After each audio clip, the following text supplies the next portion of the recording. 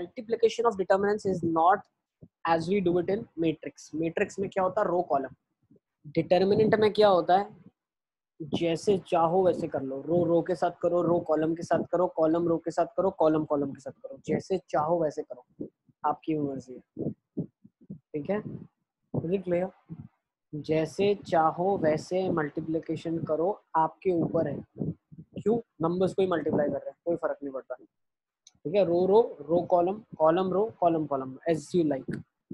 तो हम एक क्वेश्चन, एक एग्जांपल ले लेते हैं। मान लो ये लिखा हुआ है मेरे पास x1 x2 x3 y1 y2 y3 z1 z2 z3 और ये लिखा है a1 a2 a3 b1 b2 b3 c1 c2 c3। तो जब दो डिटर्मिनेंट्स को मल्टीप्लाई करूंगा तो फर्स्ट अगर मैं चाहूँ रो को कॉलम 1 के साथ कर सकता हूँ, जैसे डिटर्मिनेंट मैट्रिक्स में करते हैं वैसे डिटर्मिनेंट में किया। तो क्या बन जाएगा, x1 a1। सर एक मिनट पीछे की स्लाइड पर, ये लिखो,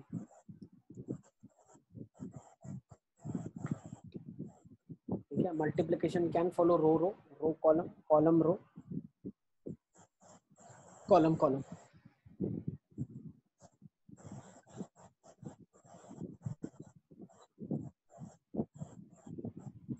यस सर। ठीक है ना। अब नेक्स्ट देख लेते हैं। तो ये जब मल्टीप्लिकेशन हम कर रहे हैं, बाकी है क्या, लिख लो।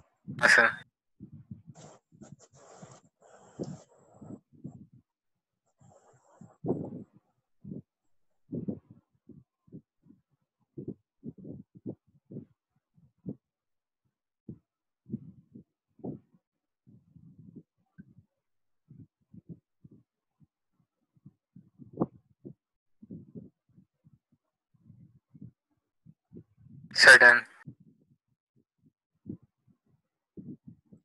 अब हम मल्टीप्लिकेशन देख लेते हैं कैसे होता है। तो जब हम मल्टीप्लिकेशन करते हैं तो रो कॉलम कर सकते हो, कॉलम कॉलम कर सकते हो, रो रो कर सकते हो, जैसे चाहो वैसे। ठीक है ना। तो ये क्या हो गया, x1 a1। नेक्स्ट जो टर्म बन जाएगा x2 b1। नेक्स्ट टर्म क्या बन जाएगा, x3 c1। तो ये आपका फर्स्ट एलिमेंट हो जाएगा। ठीक है ना। फिर मैं क्या करूंगा, इसको इसके साथ मल्टीप्लाई करूंगा। जब मैं इसको इसके साथ मल्टीप्लाई करता हूँ तो क्या आ जाएगा, x1 a2 x2 b2 plus x3 c2। तो ये सेकंड एलिमेंट हो गया। ऐसे सारे एलिमेंट्स आप निकाल सकते हैं। ठीक है ना। Is it clear? अच्छा बच्चों, कनेक्ट होने में प्रॉब्लम आ रही है क्या? सबको आवाज आ रही है मेरी?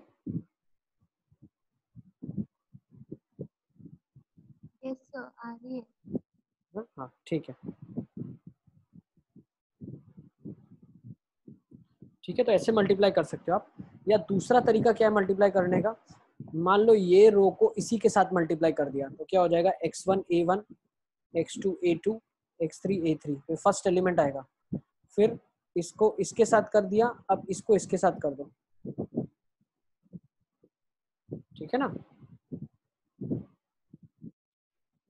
नेक्स्ट और क्या क्या कर सकते हो आप, तो अगर सेकंड के साथ करोगे तो x1 b1 plus x2 b2 plus x3 b3 करके देख लो। ठीक है ना, ये मल्टीप्लाई। फिर इसको सर, इसके साथ मल्टीप्लाई करो। हाँ बेटा। सर ये जो नीचे लिखा है वो क्या है, summation of x1 a1? Summation of x1 a1 यही लिखा हुआ है, ये x1 a1 वालों का समेशन। फिर x1 a2 वालों का समेशन है। मतलब x1 a2 वालों का समेशन मतलब यहाँ पे क्या लिखा हुआ है, x1 a2 वालों का समेशन मतलब क्या है, x1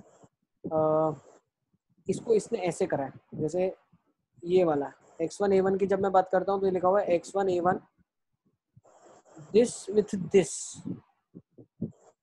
ये वाला क्या हो जाएगा,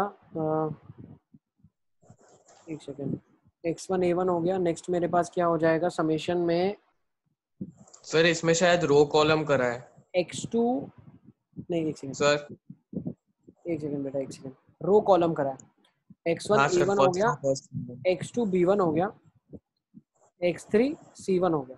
ठीक है। नेक्स्ट अगर अपन लिखें तो क्या आ जाएगा, ये हम कर चुके, जो रो और कॉलम वाला कर दिया। बहुत सारी जगह पे देखो मल्टीप्लिकेशन कैसे करेंगे वो एक्चुअली क्वेश्चन से पता चलेगा, क्योंकि मल्टीप्लिकेशन को हम यूज करने वाले हैं एक्सपेंशन को थोड़ा सिंप्लीफाई करने के लिए। जो हम एक्सपेंशन करते थे डिटरमिनेंट का, उसको थोड़ा आसान कर पाए, उसको थोड़ा जल्दी से सॉल्व कर पाए। ठीक है ना, उसके लिए हम मल्टीप्लिकेशन यूज करेंगे। तो वो क्वेश्चंस भी हम देखेंगे। तो अभी मल्टीप्लिकेशन के सिर्फ डिफरेंट डिफरेंट वेज में लिख देता हूँ। ठीक है ना। दूसरा एक तरीका जो हमने देखा वो क्या था, x1 a1 plus x2 a2 plus x3 a3, है ना। नेक्स्ट इधर क्या बन जाएगा, x1 b1 plus x2 b2 plus x3 b3। Next क्या बन जाएगा, x1 c1 x2 c2 x3 c3। तो ये सारे फर्स्ट एलिमेंट्स आ गए आपके पास। फिर सेकंड के लिए कैसे करोगे, y1 a1 y2 a2 plus y3 a3। पर ध्यान रखना रो कॉलम कर रहे हो तो सब में रो कॉलम ही करना फिर पूरे का पूरे को, ठीक है ना, इस चीज का ध्यान रखिए। तो अलग अलग आप एग्जाम्पल से अलग अलग मल्टीप्लिकेशन कर सकते हो, that is purely dependent on the question. Question पे डिपेंड करेगा हम क्या करेंगे। तो क्वेश्चन उठा लेते हैं मस्त करके फटाफट। तो क्वेश्चन हमारी स्क्रीन के सामने ये रहा। चलो अब ये क्वेश्चन हम ऑलरेडी कर चुके हैं, किसमें, एक्सपांशन के टाइम पे। अब इसको मैं कैसे सोचूंगा मैं आपको वो बताने वाला हूँ, कैसे मैं सोच रहा हूँ इसको मल्टीप्लिकेशन के थ्रू करने के लिए। तो देखो how do I think of it. तो मैं क्या करता हूँ, ये सोचता हूँ कि किसका मल्टीप्लिकेशन लिखा है, किस डिटर्मिनेंट को अगर मैं मल्टीप्लाई करूँ तो मेरे पास ये आ जाए। तो अगर मैं ऐसे लिखूँ ABC, फिर मैं इधर लिखूँ PQR, फिर मैं इधर लिखूँ XYZ। समझना बहुत अच्छे से कैसे पैटर्न पहचानता हूँ मैं। देखो अब BC लिखा है, QR लिखा है, YZ लिखा है, मतलब हर एक में दो दो लिखे हुए हैं ये वाले, है ना। तो जब इसका मल्टीप्लिकेशन मान लो इसके साथ होगा 0 1 1 के साथ, तो जब ये रो इस रो से मल्टीप्लाई होगी, ठीक है ना, जब ये वाली रो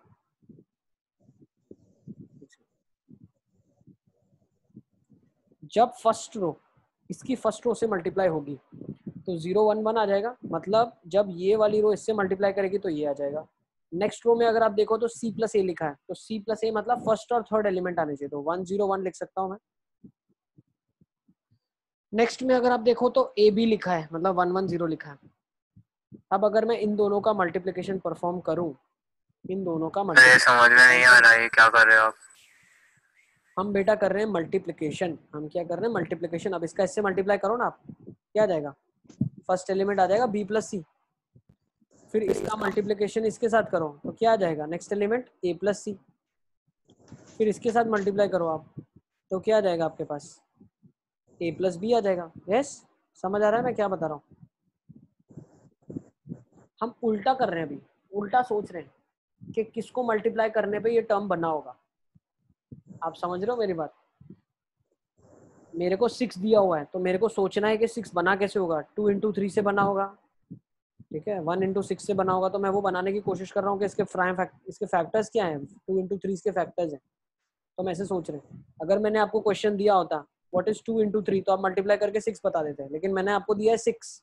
अब आपको ढूंढना है कि 6 बना कैसे होगा। तो हम दो ऐसे डिटर्मिनेंट निकाल रहे हैं जिसका प्रोडक्ट मेरा ये गिवन डिटर्मिनेंट बन जाए, ऐसा मैं सोचने की कोशिश कर रहा हूँ। अगर सोच पाओगे तो ही इस मेथड को अप्लाई करना, वरना इसको भूल जाना।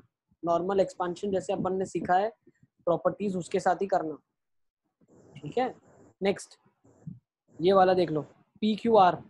तो PQR का क्या हो जाएगा, पहले में क्या आएगा हमेशा QR। ये जो आपकी रो है वो फर्स्ट रो से मल्टीप्लाई होगी पहले, तो फर्स्ट एलिमेंट आया। फिर ये रो सेकंड के साथ होगी तो सेकंड आएगा, फिर ये थर्ड के साथ होगी तो थर्ड आएगा। फिर यही फर्स्ट रो जो है आपकी वो मल्टीप्लाई होगी फर्स्ट के साथ तो फर्स्ट एलिमेंट मिला, फर्स्ट वाली सेकंड के साथ तो सेकंड मिला, फर्स्ट वाली थर्ड के साथ तो थर्ड मिला। फिर सेकंड वाली जो ये है ये फर्स्ट के साथ हुई, फिर सेकंड वाली सेकंड, फिर सेकंड वाली थर्ड, फिर अब थर्ड वाली फर्स्ट के साथ, तो क्या मिलेगी आपको y प्लस जेड, फिर x प्लस जेड, फिर x प्लस वाई। तो यही बन रहा है ऊपर वाला, देखो एग्जैक्टली सेम बन रहा है। यस, समझ आ रहा है सबको क्या बताना चाह रहा हूँ मैं। अब ये कैसे हेल्प करेगा, तो हमने एक्सपांशन कर लिया है, अब ये कैसे हेल्प करेगा, देखो हमने आइडेंटिफाई कर लिया है कि भाई ये मल्टीप्लिकेशन ही मेरे को इसके बराबर है, ठीक है। अब आइडेंटिफाई मैंने कैसे किया, उसकी ट्रिक है। ट्रिक क्या है, यहाँ पे मैं पहचान रहा हूँ कि कोई कोई टर्म्स रिपीट हो रही है। जैसे देखो ABC अगर लिखा हो तो पैटर्न क्या है, सबका सेकंड और थर्ड। PQR लिखा है तो उसका क्या सेकंड एंड थर्ड। XYZ लिखा है उसका क्या second and third. Second and third कब होगा, जब मल्टीप्लिकेशन में 0 1 1 होगा तभी सेकंड एंड थर्ड आएगा, ठीक है ना। इसको हटा रहा हूँ मैं यहाँ से। ओके, अब हम क्या करने वाले हैं, इसको इवैल्यूएट कर सकते हो आप, इसको इवैल्यूएट कर लो। इसका इवैल्यूएशन कैसे करोगे, डिटर्मिनेंट का इवैल्यूएट इसको कर लो, इसकी वैल्यू 2 आ जाएगी और ये डिटर्मिनेंट एज इट इज रखा हुआ है, तो आपका प्रूव हो गया 2 times A B C P Q R X Y Z. ठीक है, is it clear? 2 times X Y Z, ये वाला पूरा का पूरा बन जाएगा A B C P Q R और एक्स वाई जेड। इसकी वैल्यू नहीं निकालनी है, ये तो एज इट इज ही रखा हुआ है, और ये वैल्यू को इवैल्यूएट कर लो, इसका आंसर 2 आ जाएगा आपके पास। ठीक है, पढ़ लो इसको। फिर नेक्स्ट क्वेश्चन देख लेते हैं एक और। Will take one more question down. हटा सकता हूँ इसको मैं?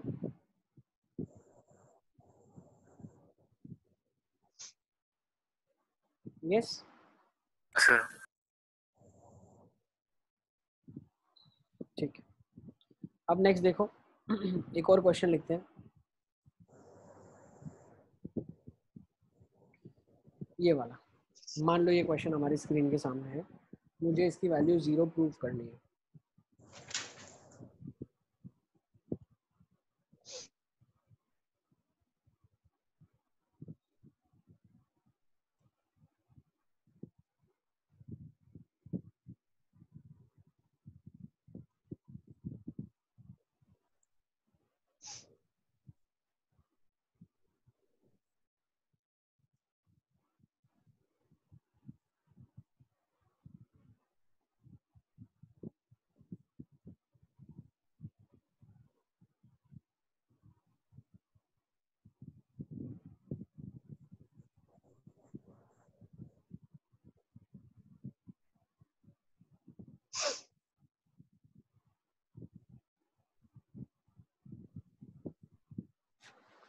ओके, तो देखते हैं इसका किसका मल्टीप्लिकेशन ये बन रहा है। तो पहले एक बार इसको आप ओपन कर लो तो आपको क्लियरली चीजें दिखने लगे।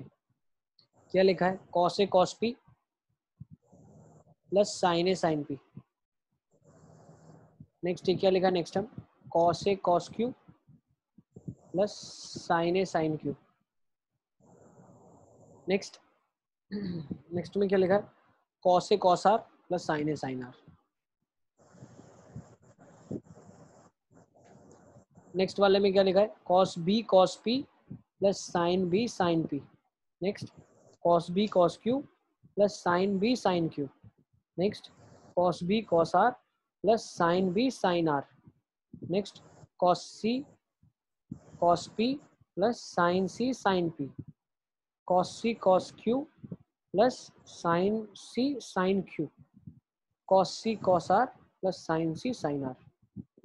अब ये डिटर्मिनेंट जो बना हुआ है ये किसकी वजह से बना हुआ है? किस दो की मल्टीप्लिकेशन से बना है? अगर मैं ऐसा सोच सकूं तो मान लो एक कॉसे है, सब में कॉसे दिख रहा है, इधर रिपीट हो रहा है, दिख रहा है?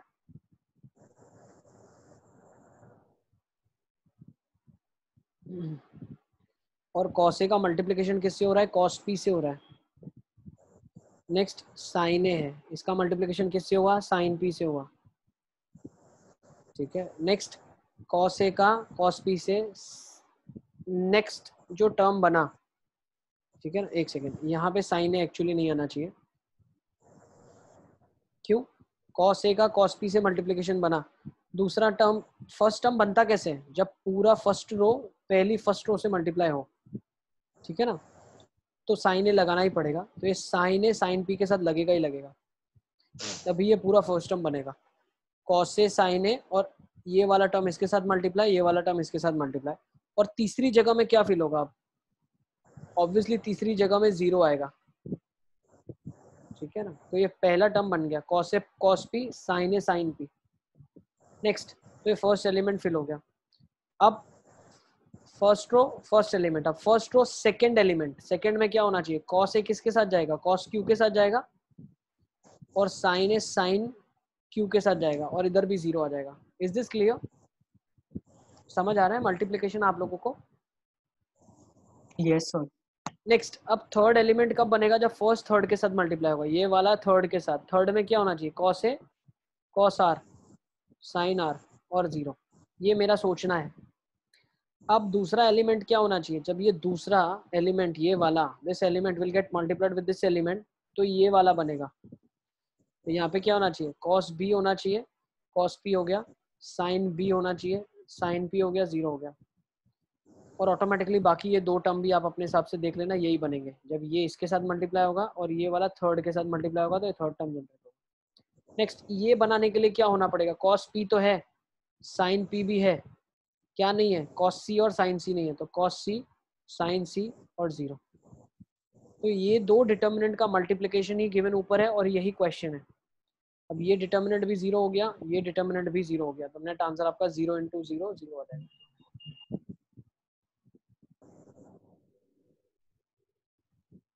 ठीक है ना, तो नेट आंसर आपका 0 आ जाएगा।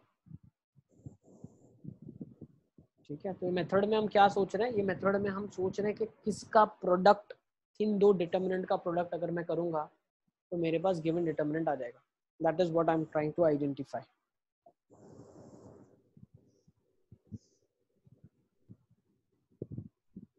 ठीक है, is it clear? Can I raise this now?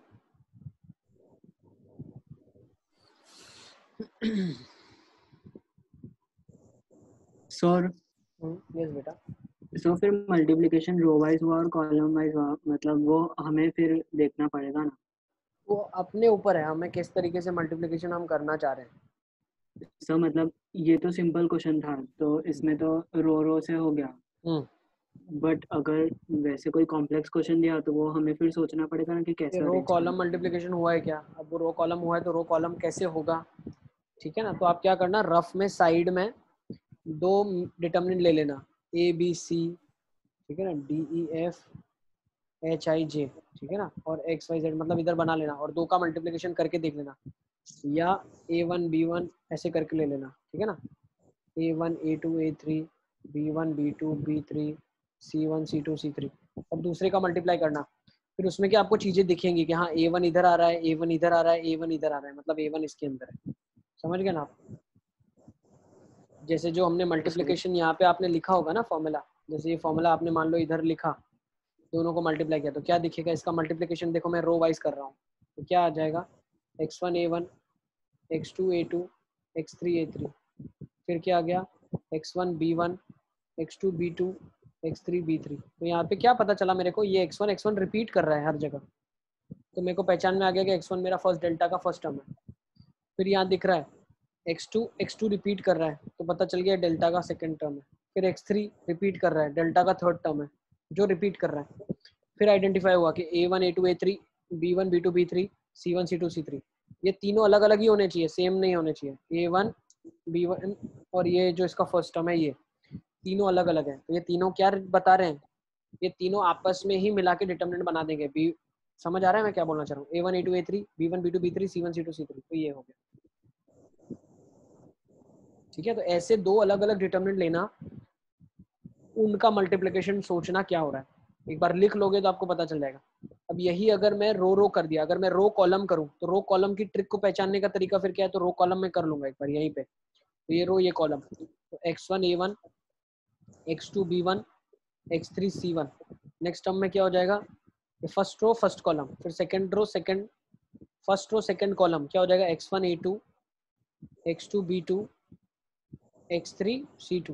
तो यहाँ से क्या पता चला, वापस से x1 अगर कॉमन बैठ रहा है, मतलब ये x1 फर्स्ट डेल्टा का टर्म आ गया, x2 सेकंड डेल्टा का टर्म आ गया, x3 सेकंड टर्म आ गया डेल्टा का। और दूसरी चीज क्या है, A1 B1 C1 A2 B2 C2 A3 B3 C3।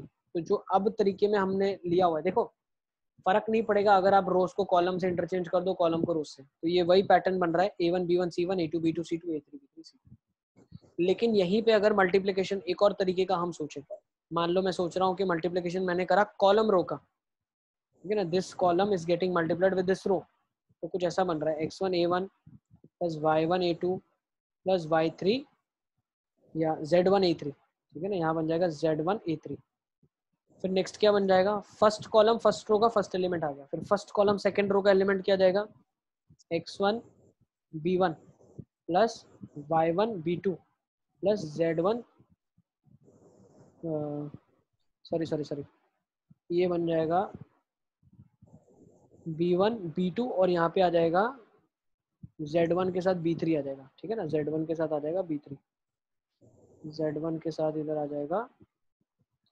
मैं क्या कर रहा हूँ, कॉलम का रो के साथ मल्टीप्लिकेशन कर रहा हूँ, C1 with row 1, then C2, then C1 with row 2, फिर C1 विथ रो 3। तो यहाँ से मेरे को फिर पता चल गया हाँ यार मेरा x कॉमन आ रहा है, तो ये मैं बता दूंगा फर्स्ट का फर्स्ट एलिमेंट, फिर y आ रहा है। ठीक है ना, तो ऐसे साइड में मल्टीप्लिकेशन कर लेना और पैटर्न पहचान लेना कि हाँ यार ये चीजें कॉमन आ रही है तो यही डेल्टा बनेगा। ठीक है, नेक्स्ट एक और क्वेश्चन उठा लेते हैं हम लोग। चलो let's take down this question, इसको इवैल्यूएट करना है। ये क्या हो जाएगा, इवैल्यूएट दिस।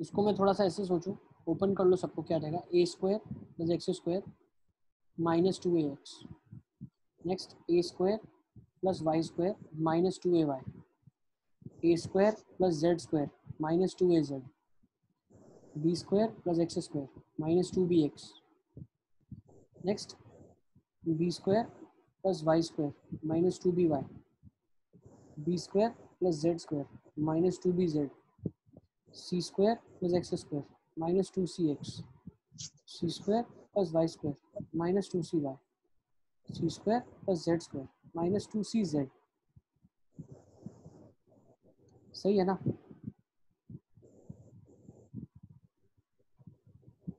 ठीक है ना, तो अब ये किसकी मल्टीप्लिकेशन से आया होगा, क्या सोच सकते हैं हम लोग, कब बनेगा ऐसा?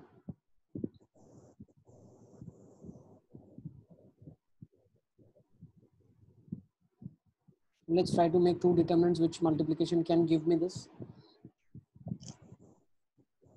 देखो एक तो एक्स स्क्वायर का टर्म है, एक एक्स का टर्म होगा, एक 1 का टर्म होगा। जब एक्स स्क्वायर मल्टीप्लाई होगा ए स्क्वायर के साथ तो ये जनरेट हो जाएगा, सॉरी एक्स स्क्वायर मल्टीप्लाई होगा 1 के साथ, एक्स स्क्वायर के साथ 1 होना चाहिए, एक्स के साथ माइनस 2a होना चाहिए और 1 के साथ ए स्क्वायर होना चाहिए, तो ये बन रहा है मेरे पास। सर यस बेटा। सर ऐसा भी तो सोच सकते थे ना, ए एक्स है और ए एक्स एक्स।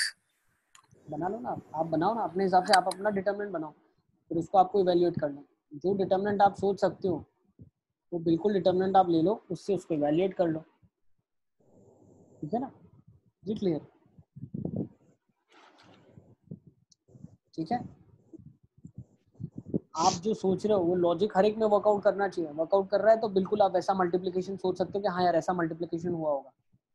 ठीक है, नेक्स्ट मैं क्या सोच रहा हूँ, इसका अगर मैं सेकेंड रो में जाऊँ तो सेकेंड रो में क्या बनेगा, 1 minus 2b b square, 1 minus 2c c square.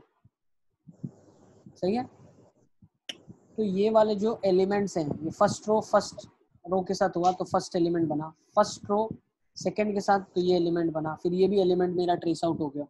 अब दूसरे जब बनेंगे तो ऑब्वियसली वो ऐसे ही बनेंगे, y square 1, y square y 1, फिर जेड स्क्वायर जेड और 1। सही है, किसी को इसमें डाउट है क्या? X square x1, y square y1, z square z1, और उधर क्या बनेगा, 1 minus 2a a square, 1 minus 2b b square, 1 minus 2c c square. तो ये दो डिटरमिनेंट में बन गया ये वाला। सही है ना? अब इनको निकालना बहुत आसान है, कल की क्लास में हमने देखा था, क्या देखा था, डिग्री क्या है इसका, 3 होमोजीनियस, ये सर डिग्री 3 होमोजीनियस बन रहा है। एक बार बना के देख लो डिग्री 3 होमोजीनियस है कि नहीं है, पहले चेक कर लो। एक्स स्क्वायर का टर्म 1 के साथ, 1 का टर्म, डिग्री 3 होमोजीनियस। यस पूछो सर ये मल्टीप्लिकेशन वापस बताओ। इसको कर लो ना आप मल्टीप्लाई, अब इसको आप कर लो, ये जो दो लिखा हुआ है ना, आपको रिवर्स ऑर्डर थिंकिंग समझने के लिए पहले मल्टीप्लिकेशन आना चाहिए। तो आप पहले इन दोनों को मल्टीप्लाई करके देखो कि आपको ये आ रहा है, फिर हम सोचेंगे ये आ रहा है।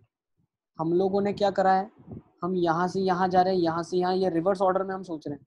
अब रिवर्स ऑर्डर में सोचने के लिए पहले प्रॉपर ऑर्डर में समझ आ जाना चाहिए।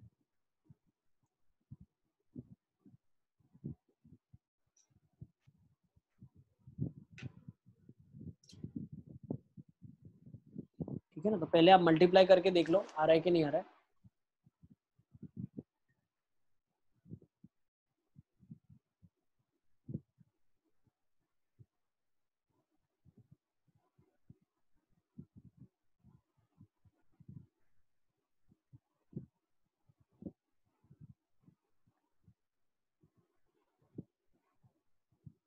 ठीक है पूजन।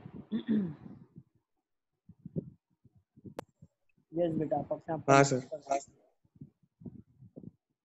ठीक है ना।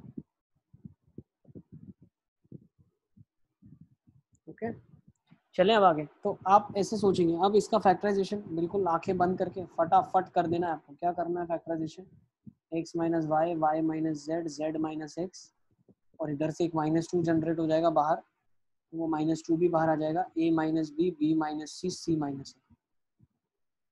ठीक है, इसका फैक्टराइजेशन आपके पास आ जाएगा, है ना। कर लोगे आप तो। एलिमेंट्री रो कॉलम ऑपरेशंस भी आप लगा लेना, ठीक है ना। डिटर्मिनेंट्स के जो 6 मेथड्स हमने देखे हैं, अलग अलग ऑपरेशन, रो 1 माइनस रो 2, रो 2 माइनस रो 3, ठीक है ना। तो कर लोगे मुझे लगता है इसके बाद। तो ये टॉपिक को यहाँ कंक्लूड करते हैं। अब नेक्स्ट टॉपिक पे चलते हैं, ठीक है ना। This is how do you evaluate using multiplication, this is how multiplication helps you to do it. ठीक है, सर ओके यस बेटा। सर कोई जेठालाल सर के हाथ ऊपर कर रहा है। एक सेकंड, आपका आवाज बहुत कम आ रहा है, बताओ। सर कोई जेठालाल को हाथ ऊपर कर रहा है। अरे ये अपना साहिल ही है, ज़्यादा लोड नहीं लेने का इसका, इसको एंजॉय करने दो, कोई बात नहीं। चलो ठीक है, अब आ जाओ। ठीक है ना। तो अब नेक्स्ट फॉर्मूला एक देख लेते हैं, काफ़ी इंपॉर्टेंट है। Next formula that we will be discussing is nothing but area of triangle का फॉर्मूला। ठीक है ना, एरिया ऑफ ट्राइंगल का फॉर्मूला डिस्कस कर लेते हैं। ठीक है, तो एरिया ऑफ ट्राइंगल को हम कैसे लिखते हैं, ऐसे भी लिखा जाता है। पॉइंट्स अगर दिए हुए हैं x1 y1, x2 y2, x3 y3, तो एरिया ऑफ ट्राइंगल का formula half of x1 y1 1, x2 y2 1, x3 y3 1 के फॉर्म में लिखा जा सकता है। ठीक है ना। इज इट क्लियर, ओके ना। तो अगर डेल्टा 0 हो गया, मतलब ये डिटर्मिनेंट का वैल्यू 0 हो गया, तो पॉइंट्स क्या प्रूव हो जाएंगे, कोलिनियर प्रूव हो जाएंगे। तो this is another condition to prove points to be collinear. तो अगर मुझे प्रूव करना है कि x1 y1, x2 y2, x3 y3 points collinear हैं, तो मैं डेल्टा इक्वल टू 0 कर देता हूँ। ठीक है, अच्छा और एक चीज़, ये एक और चीज़ आपको हेल्प करेगी, यहीं पे मैं बता देता हूँ। इससे हमें इक्वेशन ऑफ स्ट्रेट लाइन भी आती है। इक्वेशन ऑफ स्ट्रेट लाइन, कैसे स्ट्रेट लाइन की इक्वेशन आती है, मान लो 2 पॉइंट्स पता है x1 y1 x2 y2, तो मुझे अगर इक्वेशन ऑफ स्ट्रेट लाइन लिखनी होगी 2 पॉइंट फॉर्म में, तो मैं कैसे लिखूंगा, एक पॉइंट x, y वेरिएबल ले लूंगा, और इनका जो एरिया ऑफ ट्राइंगल होगा उसको मैं 0 से इक्वेट कर दूंगा। ठीक है, तो area of triangle equal to 0 अगर मैंने कर दिया, तो यहाँ से जो मेरे पास इक्वेशन आएगी, वो इक्वेशन क्या आ जाएगी, स्ट्रेट लाइन की इक्वेशन आ जाएगी। क्या आ जाएगी, स्ट्रेट लाइन की इक्वेशन आ जाएगी। इज इट क्लियर, ठीक है। I guess I am pretty clear, ठीक है ना। तो इक्वेशन ऑफ स्ट्रेट लाइन का भी फॉर्मूला यही है, लिख लो इसको, half of x1 y1 1, x2 y2 1, x3 y3 1, okay. It's gonna give you area of the triangle. Next चीज हम देख लेते हैं, let's take this question. If a1 b1 a2 b2 a1 plus a2 वो b1 लिखना plus बाकी है लिख लो, थोड़ा जल्दी जल्दी लिखो। सर, वो स्ट्रेट लाइन का भी लिखना बाकी था। सेम यही इक्वेशन स्ट्रेट लाइन का है।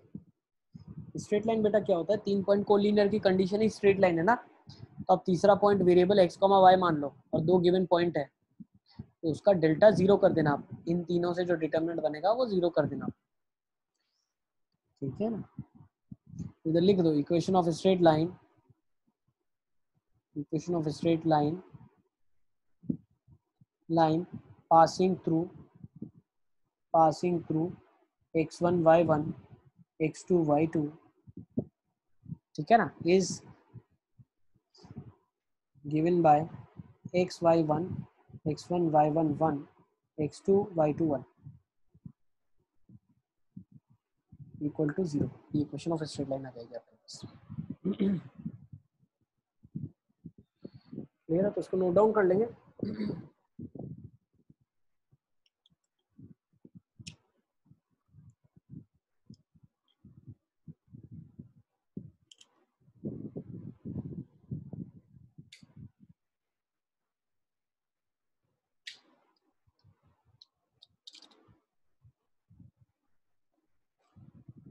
ठीक है,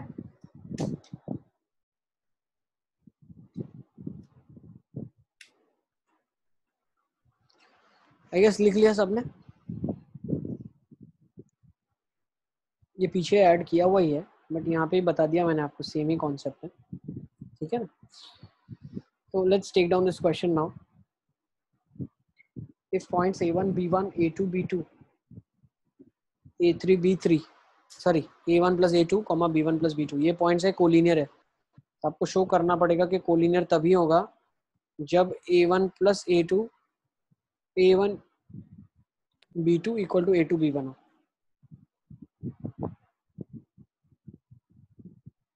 ठीक है ना।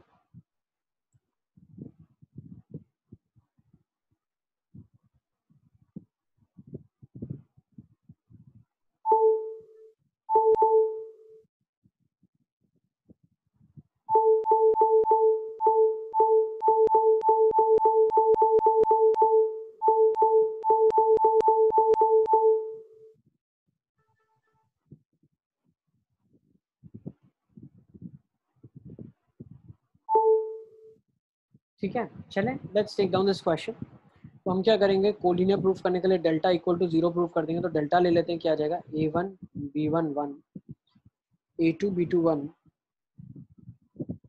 A2 B2 1 और ये क्या हो जाएगा A1 plus A2 comma B1 plus B2 comma 1 हो जाएगा, ठीक है ना। अब इसको क्या करूँ, एक्सपैंड करूँ। एक्सपैंड करने से पहले मैं सोच रहा हूँ इसका इसमें से डिफरेंस ले लेता हूँ, तो रो 3 को कर देता हूँ रो 3 माइनस रो 1। एक्सपैंड डायरेक्टली कर सकते हो आप, ठीक है ना, कोई इसमें प्रॉब्लम नहीं है। A1 B1 1 A2 B2 1 next क्या हो जाएगा A2 B2 0, ठीक है। नेक्स्ट क्या कर देना, इसको घटा देंगे ऊपर वाले में से, तो रो 2 को कर देंगे रो 2 माइनस रो 3, तो ये बन जाएगा determinant A1 B1 1 0 0 1 A2 B2 0, ठीक है ना। अब इसके अलॉन्ग एक्सपैंड कर दो आप, A1 B2 A2 B1 आ जाएगा A1 B2, ठीक है ना, और minus A2 B1 is equal to 0, तो यहाँ से क्या आ जाएगा, ये कंडीशन आ जाएगी, this will be the condition. Is it clear? I guess सबको क्लियर है ये।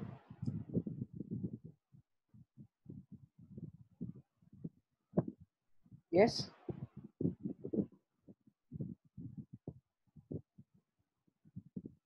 इरेज कर सकता हूँ मैं इसको? नहीं सर। नहीं सर, रो कॉलम ऑपरेशन लगाओ ना, ठीक है।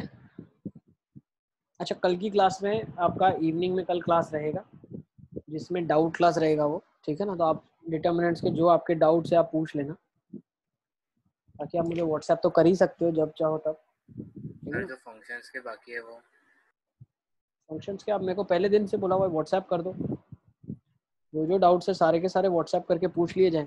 आप फटाफट व्हाट्सएप करके पूछ लें सारे डाउट्स अपने, ठीक है। पहले दिन ही तो बोला था तुमको अलियासगर, 7-8 दिन हो गया उसको। सर, पर आपने बोला था ना कि उस दिन मैंने बोला था डाउट बहुत है, तो आप लंबा चौड़ा डाउट सेशन रखोगे फंक्शंस के लिए भी। तुमने मुझे व्हाट्सएप किया था, मैंने तुमको एक ही चीज़ बोला था, तुम मुझे व्हाट्सएप में डाउट पूछ लो,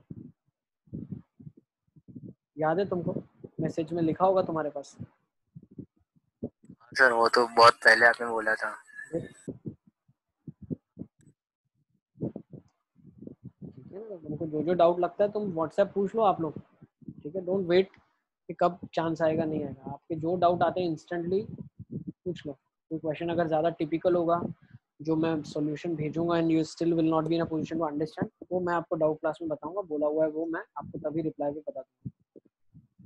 तो बेटा ये अपन डाउट क्लास में देख लेंगे, ठीक है ना। ठीक है, प्रॉब्ली कल शाम की रहेगी, तो जितना एक्सटेंड चाहेंगे हम कर पाएंगे उसको, ठीक है। तो आई इरेज दिस नाउ।